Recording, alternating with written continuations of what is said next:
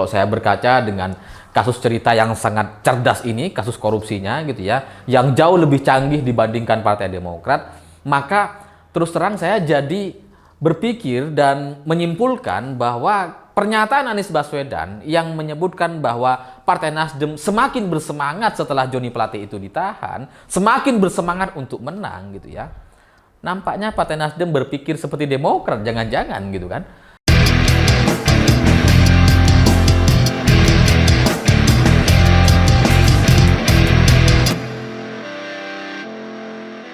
Selamat malam semuanya. Hari ini terus terang saya agak kaget dengan pernyataan Anies Baswedan. Karena dia mengklaim bahwa Partai Nasdem itu semakin bersemangat setelah Joni Plate ditahan oleh Kejaksaan Agung. Padahal Joni Plate ini kan ditahan atas kasus korupsi. Karena dia maling gitu. Makanya kemudian dia ditahan dan diborgol. Kenapa Nasdem jadi semangat sih? Ya karena kan logikanya alasan seseorang itu bersemangat karena tujuan biasanya gitu ya.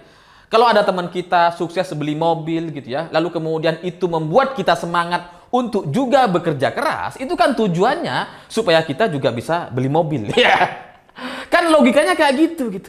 Tapi Joni Plate ini kan korupsi. Kenapa Partai Nasdem jadi semangat? Maksudnya semangat apa ini? Semangat korupsi juga. Kan membingungkan gitu kan. Ada orang kena kasus korupsi, ada orang maling, ini teman-temannya malah semangat. Aneh gitu. Ngeri gitu kan. Wah, bahaya ini Nasdem ini. Dan di luar itu, kalau sampai sekarang Anies atau elit-elit Partai Nasdem itu seperti mengelak gitu ya, coba bermain tata kata, coba memainkan narasi-narasi seolah-olah terzolimi dan sebagainya gitu ya. Ya bagi saya itu cuma menunda rasa sakit gitu. Apalagi soal alasan asas praduga tidak bersalah sehingga Joni Plate itu tidak dipecat dari Partai Nasdem misalkan. Itu cuma menunda rasa sakit. Pada akhirnya juga akan sama-sama menyakitkan. Jadi daripada nunggu-nunggu, kenapa nggak sekarang aja dilepaskan? Ya karena di pengadilan gitu ya, ini kan akan menjadi cerita yang sangat panjang. Kejaksaan Agung ketika menetapkan Joni Plate sebagai menteri, sebagai sekjen Partai Nasdem, itu pasti nggak main-main gitu. Mereka pasti sudah punya bukti dan mereka siap untuk membuktikan pastinya gitu. Karena ini soal pertaruhan nama baik ini. Kalau sampai nanti tiba-tiba Joni Plate tidak terbukti di pengadilan, betapa malunya Kejaksaan Agung gitu kan. Pasti malu gitu. Dan kalau kita ngelihat dari proses penahanan Joni Plate yang sampai kemudian diperiksa sampai 3 kali sebagai saksi, itu kan menunjukkan kehati-hatian yang sangat-sangat luar biasa gitu. Jadi kalau sampai sekarang sudah dijadikan tersangka, maka kecil kemungkinan bagi Joni Plate untuk lepas, untuk lolos, itu susah sekali. Kalau sebelum jadi tersangka, mungkin ada peluang untuk nggak terlibat atau lolos gitu, bisa. Tapi kalau sudah tersangka, wah ini pembuktian bagi nama baik Kejaksaan Agung ke depan gitu. Dan hari ini saya cukup lega karena Kejaksaan Agung sudah merespon keraguan-keraguan publik, keraguan-keraguan elit Partai Nasdem gitu ya, dengan menyatakan bahwa Kejaksaan Agung siap membuktikan aliran dana 8 triliun itu dan siapa yang diuntungkan atau siapa yang mendapatkan dana itu.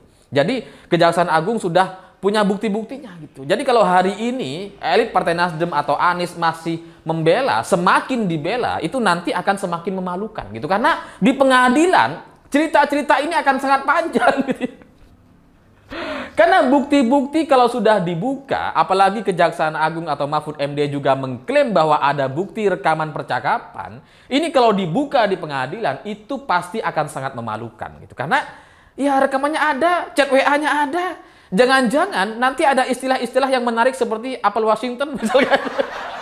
Itu akan sangat-sangat memalukan. Jadi kalau hari ini masih terus-terus dibela, itu seperti menunda rasa sakit. Nantinya mereka akan kecewa karena pengadilan ini akan menjadi pengadilan yang sangat panjang gitu. Persidangan ini akan menjadi persidangan yang sangat-sangat menguras emosi karena ini tahun politik gitu. Yang terlibat adalah sekjen Partai Nasdem. Itu akan sangat menguras emosi gitu. Karena itu akan otomatis berdampak kepada Partai Nasdem. Karena hari ini posisi Partai Nasdem itu memiliki 2 cacat. Dan 2 cacat ini susah untuk diobati gitu. Yang pertama adalah soal dia memutuskan untuk mendukung Anies Baswedan sebagai capres di Pilpres 2024. Mungkin Surya Paloh merasa bahwa apa yang salah katanya. Oke, nggak ada yang salah memang. Anda ketua, Anda bebas mau dukung siapa saja gitu. Tapi harus diingat, pemilih Partai Nasdem yang membuat Partai Nasdem lolos ke Senayan adalah mayoritasnya itu pemilih Presiden Jokowi di 2014 gitu. Jadi mayoritas pemilih Nasdem itu mayoritasnya adalah pemilih Pak Jokowi. Nah, kalau sekarang Partai Nasdem berhadapan-hadapan dengan Pak Jokowi gitu ya. Kemudian Pak Jokowi juga seperti menjaga jarak dari Partai Nasdem untuk tidak terlalu dekat-dekat atau mengucilkan Partai Nasdem, itu kan menjadi satu isyarat kepada semua pemilih Pak Jokowi untuk tidak lagi memilih Partai Nasdem. Ini kan ancaman bagi kalian gitu kan. Kalian bisa nggak lolos Senayan dengan satu cacat ini. Apalagi sekarang ditambah dengan kasus korupsi yang persidangannya akan dilaksanakan di tahun politik. Itu kebayang betapa panjang dan banyak cerita yang nanti bisa kita bahas gitu. Dan itu jelas pasti akan berdampak kepada suara Partai Nasdem. Karena dengan dua cacat ini, dengan dia ditinggal oleh pemilih Jokowi dan dia juga akan ditinggal oleh orang-orang yang anti terhadap korupsi, dan saya pikir semua orang Indonesia itu anti dengan korupsi, kecuali koruptornya. Itu pasti akan membuat mereka muak untuk memilih Partai Nasdem. Karena sekarang Nasdem ini mau dipilih atas dasar apa? Karena pemilih Anies? Nggak bisa. Gitu kan? Pemilih Partai Nasdem mayoritasnya pemilih Pak Jokowi gitu. Mau milih karena anti korupsi? Wah, dia udah korupsi. Jadi ya itu akan menjadi cerita yang mungkin akan menjadi perbedaan di 2024 nanti, di mana Partai Nasdem mungkin akan sangat susah sekali untuk lolos ke Senayan gitu. Tapi di luar itu, di luar soal kemungkinan Partai Nasdem ini akan jeblok suaranya, saya melihat kasus korupsi ini adalah kasus korupsi yang paling cerdas.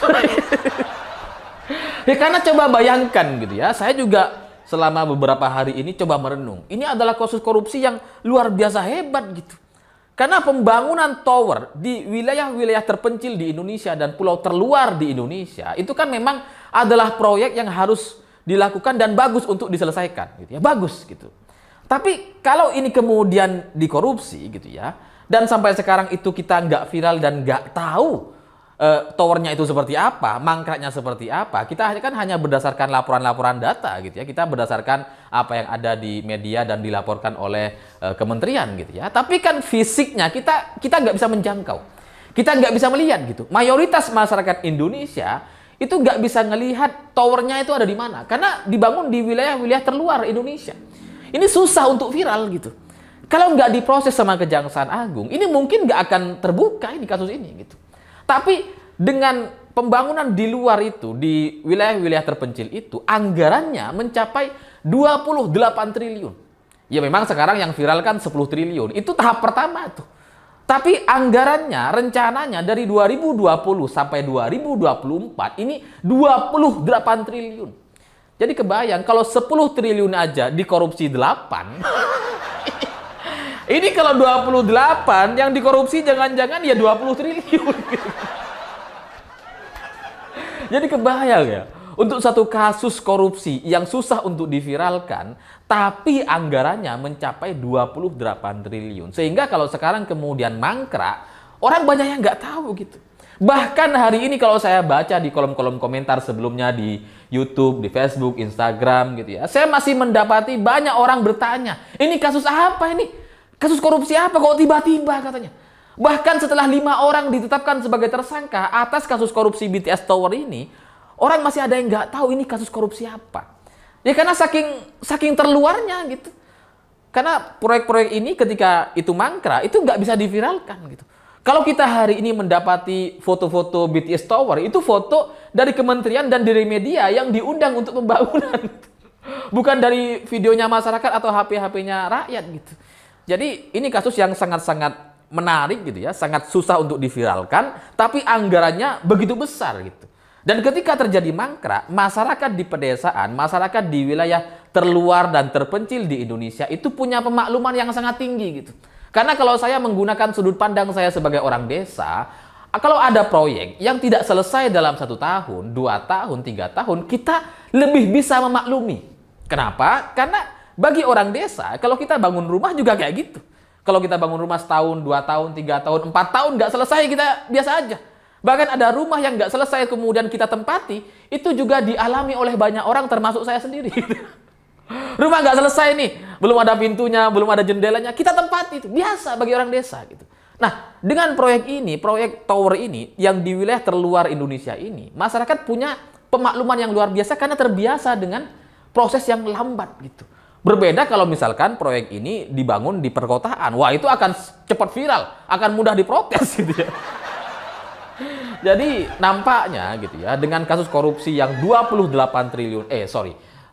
triliun ini yang anggarannya awalnya 10 triliun itu nampaknya menggunakan prinsip berhutang dengan aman. Ya karena contohnya tuh ibaratnya kayak gini, karena ini kan proyek di berbagai titik gitu ya. Itu kan kalau diibaratkan sama seperti orang yang pinjam uang 1 juta rupiah ke 20 orang. Jadi ke masing-masing orang kita pinjam 50 orang. Tapi ke 50 ribu rupiah, tapi ke 20 orang gitu. Nah, kalau kita pinjam uang 1 juta rupiah ke 20 orang dengan nominal masing-masing 50 ribu rupiah, itu kan potensi kita diprotes atau ditagih itu kecil sekali.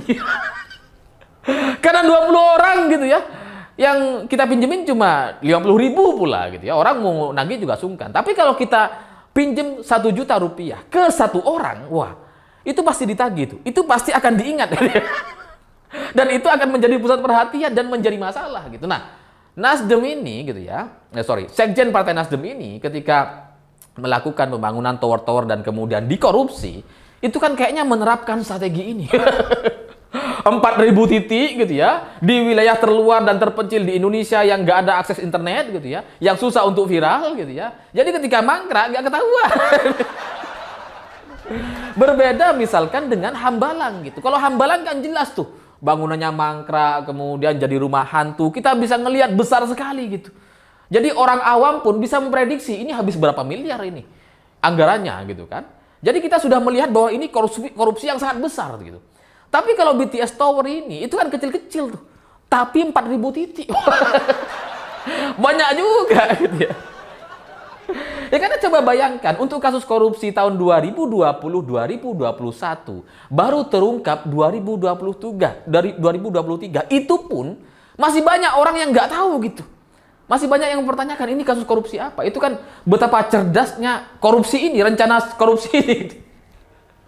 Ini kalau nggak dibuka sama Kejaksaan Agung, kalau nggak dibuka oleh kasus-kasus yang diselidiki oleh Kejaksaan Agung, nampaknya kita hari ini juga nggak tahu itu. Ada kasus kayak gini gitu kan. Ini kalau nggak diproses, jangan-jangan 28 triliun itu akan cair semuanya itu kan. Jadi untuk kasus korupsi, harus saya akui Partai Nasdem ini nampaknya jauh-jauh lebih canggih dibandingkan Partai Demokrat gitu. Lebih cerdas gitu. Karena kasus korupsinya merata, 4.000 titik. Kalau Demokrat kan gampang ketahuan gitu. Ya karena kalau saya berkaca kepada kasus korupsi BTS ini, saya jadi teringat dengan kasusnya Dahlan Iskan yang dulu sempat menjadi tersangka, dulu ketika menjadi menterinya SBY, Dahlan Iskan ini sempat menjadi tersangka atas proyek gardu listrik PLN gitu. Nah, tapi ketika dia jadi tersangka, akhirnya dia lolos tuh. Karena pertama susah untuk diviralkan, kita juga nggak tahu, gardu listriknya juga kita nggak bisa menjangkau itu ada di mana, mayoritas masyarakat Indonesia itu nggak tahu gitu ya. Dan juga waktu itu kan belum seperti sekarang sosial media gitu kan. Jadi akhirnya lepas tuh Dahlan Iskan gitu. Nah hari ini Joni Plate gitu ya, kalau kita nggak bicarakan terus, kalau kita nggak kawal ini, jangan-jangan juga bisa lepas ini gitu ya. Ya karena kalau saya membayangkan seandainya Kejaksaan Agung masih dikuasai oleh Partai Nasdem, ini betapa amannya kasus korupsi ini gitu. 28 triliun, Kejaksaan Agungnya dari Partai Nasdem. KPK nggak bisa bergerak, lah wong sama Formula E aja nggak berani. Apalagi sama Sekjen Partai Nasdem, pasti tambah nggak berani gitu kan KPK. Jadi kasus ini, seandainya Kejaksaan Agungnya dari Partai Nasdem, saya nggak bisa bayangkan. Nampaknya ini akan aman nih. Jadi wajar kalau kemudian Partai Nasdem atau elit-elit Partai Nasdem sekarang banyak yang menyalahkan Jokowi dengan segala tata katanya. Ya, karena memang kalau ini nggak dibuka, kita nggak tahu gitu. Masyarakat mana tahu gitu. Ada program pemerintah pembangunan BTS mana tahu gitu. Kalaupun ada yang tahu nggak seberapa lah, nggak seperti sekarang gitu kan. Sebelum ini kan banyak yang nggak tahu. Yang tahu betul soal proyek ini ya orang-orangnya Pak Jokowi. Ya memang pemerintah dan para staf presiden. Sehingga kalau ini kemudian dibuka dan diproses ya memang yang membuka nampaknya ya orang-orangnya Pak Jokowi atau Pak Jokowi sendiri gitu, karena kecewa dengan proyek pembangunan BTS ini, karena sudah dianggarkan tapi nggak dibangun-bangun gitu. Jadi ya wajar kalau kemudian hari ini Partai Nasdem kecewa dengan Pak Jokowi atau menganggap bahwa ini intervensi politik dan sebagainya, ya karena memang nampaknya sama-sama tahu gitu bahwa yang memproses ini kayaknya memang orang-orangnya Pak Jokowi gitu, atau Pak Jokowi sendiri. Ya tapi ya itu tetap benar gitu. Meskipun Pak Jokowi yang memproses kasus ini gitu ya, untuk kemudian diselidiki oleh Kejaksaan Agung, itu udah benar.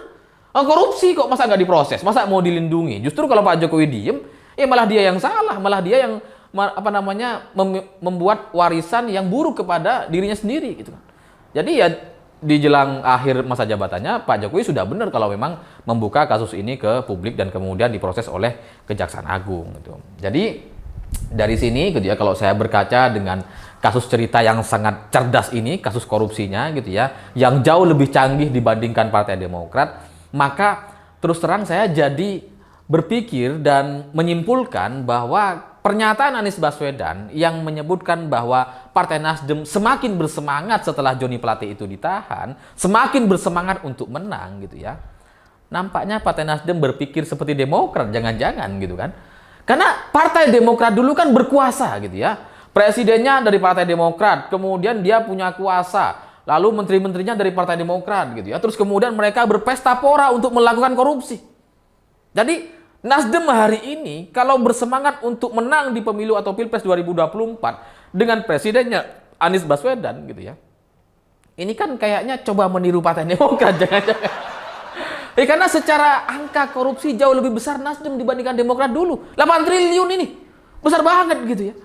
Jadi ya dari sini ya kita semakin ngeri kalau sampai kemudian Anies jadi menang gitu. Tapi ya semoga pada akhirnya Kejaksaan Agung bisa membuka dan lebih banyak lagi orang yang bisa dijadikan tersangka dan ya kalau bisa membereskan Partai Nasdem sampai ke akar-akarnya. Seperti keinginan Surya Paloh gitu. Karena kalau ini dibiarkan dan hanya selesai di sekjen, wah kasihan gitu kan. Harusnya kan jangan. Sama kayak Demokrat lah. Jangan sampai cuma selesai di Nazarudin gitu ya. Harus ada Angelina Sonda gitu ya. Ada yang lain-lain harus kena juga semua. Supaya apa? Supaya bersih gitu. Jadi ya semoga kita doakan agar Partai Nasdem semakin bersih dan 2024 semakin bersih dari Senayan. Saya pikir itu. Terima kasih sudah menonton. Begitulah kura-kura.